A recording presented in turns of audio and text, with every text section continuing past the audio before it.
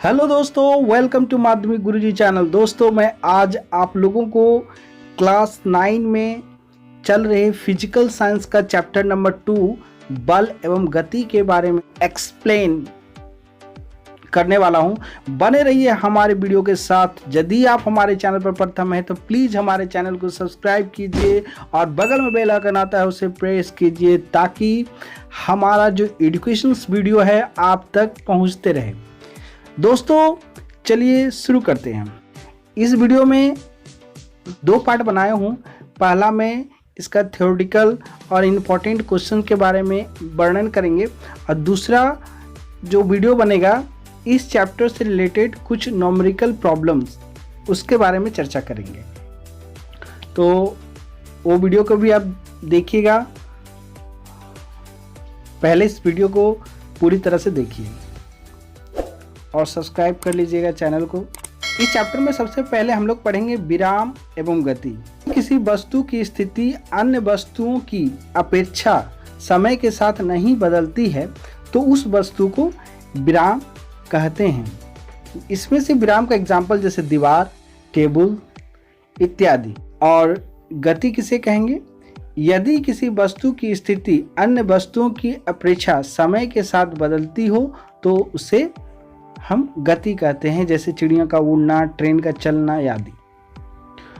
दोस्तों, ये जो इम्पोर्टेंट क्वेश्चंस मैं आज आप लोगों के सामने पढ़ रहा हूँ इसे आप कॉपी में ज़रूर लिखिए और याद कर जाइए, क्योंकि ये जो चैप्टर्स है बहुत ही इम्पोर्टेंट चैप्टर है और इससे हमेशा क्वेश्चंस आती है। इसलिए मैंने चैप्टर का वीडियो मैंने बनाया हूँ और इसमें से जो इम्पोर्टेंट क्वेश्चंस बन के आती है वो के सामने बता रहा हूँ।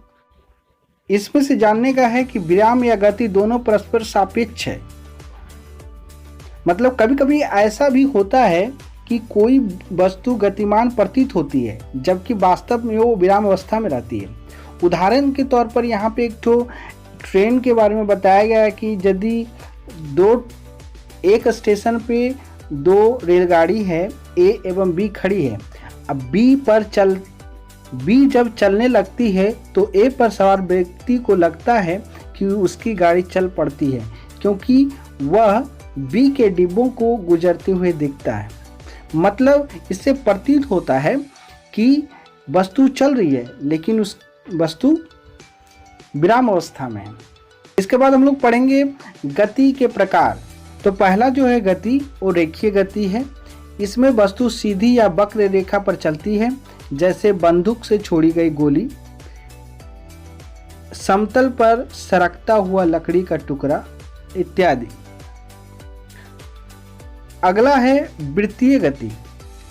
इसमें वस्तु वृत्तीय पथ पर चलती है, जैसे सूर्य के चारों ओर पृथ्वी की गति, पृथ्वी के चारों ओर चंद्रमा की गति आदि। उसके बाद है दोलनी गति। इसमें वस्तु एक निश्चित बिंदु के आगे पीछे चलती है, जैसे झूलने की गति, दीवार घड़ी के पेंडुलम की गति आदि। आवर्त गति किसे कहेंगे? इसमें वस्तु अपने गति को समय के निश्चित अंतरालों पर दोहराती है, जैसे झूले की गति, सिलाई मशीन के सुई की गति आदि। दृढ़ पिंडों की गति सामान्यतः 2 प्रकार की होती है, स्थानांतरण गति और घूर्णन गति। स्थानांतरण गति में हम लोग पढ़ेंगे। स्थानांतरण गति उसे कहेंगे जब कोई पिंड इस प्रकार की गति करता है कि उसका प्रत्येक कण किसी दिए हुए समानांतर में समान दूरी से निश्चित दिशा में विस्थापित हो तो उसकी गति को विस्थापन या स्थानांतरण गति कहते हैं।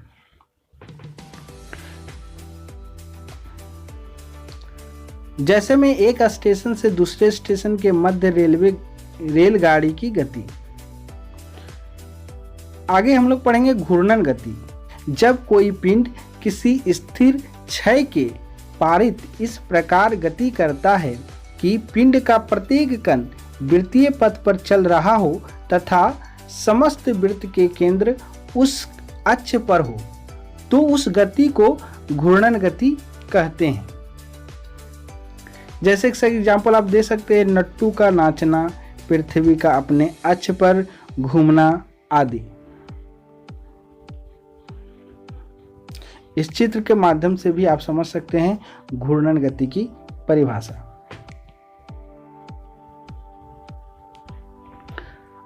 आगे जो क्वेश्चन बन के आएगा वो घूर्णन गति और वृत्तीय गति में अंतर। ये बहुत ही इंपॉर्टेंट क्वेश्चन है। इस घूर्णन गति में कोई वस्तु या बिंदु अक्ष के परितः गति करता है। अब वृत्तीय गति में कोई वस्तु या बिंदु एक वृत्ताकार पथ पर गति करता है।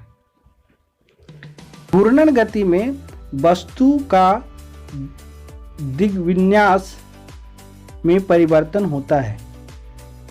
वृत्तीय गति में वस्तु की स्थिति परिवर्तन होती है, ना कि दिग्विन्यास। घूर्णन गति पृथ्वी का अपने अक्ष पर परितः घूमना घूर्णन गति है। पृथ्वी का सूरज के चारों तरफ घूमना वृत्तीय गति का उदाहरण है। दोस्तों, इसमें से कुछ प्रश्न दिए गए हैं, आप इस प्रश्न को सॉल्व कीजिए। अब हम लोग पढ़ेंगे सरल रेखा पर गतिशील कण की स्थिति। किसी सरल रेखा पर किसी कण की स्थिति का वर्णन करने के लिए हम दो बातों पर ध्यान देंगे।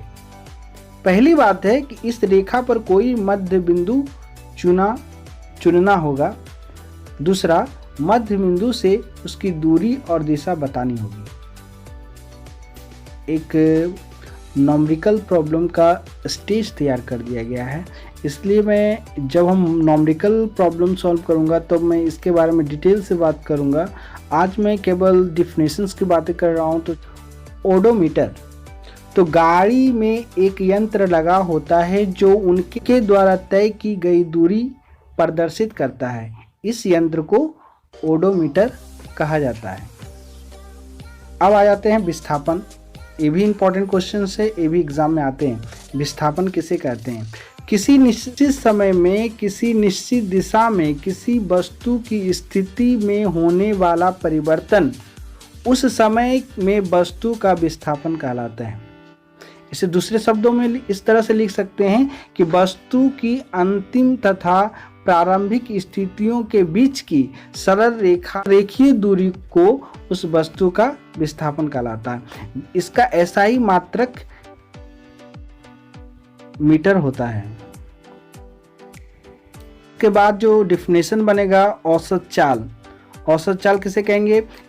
किसी वस्तु द्वारा किसी समय अंतराल में तय की गई दूरी और उस समय अंतराल के अनुपात को उस समय की औसत चाल कहलाती है। इसका सूत्र है औसत चाल बराबर तय की गई कुल दूरी बटे दूरी तय करने में लगा समय। क्वेश्चन बनेगा चाल किसे कहते हैं? तो किसी वस्तु द्वारा एक छोटे समय अंतराल में तय की गई दूरी और उस समय अंतराल के अनुपात को उस वस्तु की चाल कहते हैं। दोस्तों, इस सारे छोटी छोटी परिभाषाओं को उतार लीजिए। चाल का मात्रक, चाल का मात्रक दूरी का मात्रक बटे समय का मात्रक। चाल का SI मात्रक मीटर पर सेकेंड होता है। असमान चाल की परिभाषा, कोई वस्तु समान समय अंतराल में जब असमान दूरी चलती है तब उसी चाल को असमान चाल कहते हैं। अगला जो डिफिनेशन आएगा, त्वरणशील गति किसे कहते हैं? जब किसी वस्तु की चाल में परिवर्तन होता है, अर्थात जब वस्तु की चाल बढ़ती है या घटती है, कहते हैं कि वस्तु की गति त्वरणशील कही जाती है। वेग की परिभाषा क्या होगा?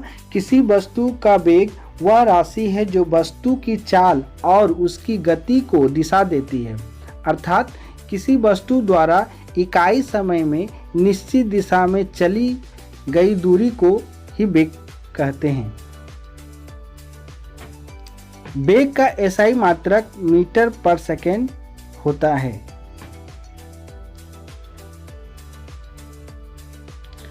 वेग का जो सूत्र होता है, वेग बराबर विस्थापन बटे समय। इसको भी लिख लीजिएगा। आगे चलते हैं। अंतर चाल और वेग में क्या अंतर है? ये भी इंपॉर्टेंट क्वेश्चन है, इसको लिख लीजिएगा कॉपी में। चाल इकाई समय में चली गई दूरी, वेग इकाई समय में निश्चित दिशा में चली गई दूरी। चाल बराबर चली गई दूरी बटे दूरी तय करने में लगा समय।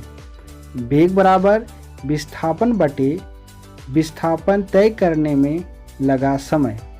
चाल एक अदिश राशि है, वेग एक सदिश राशि है।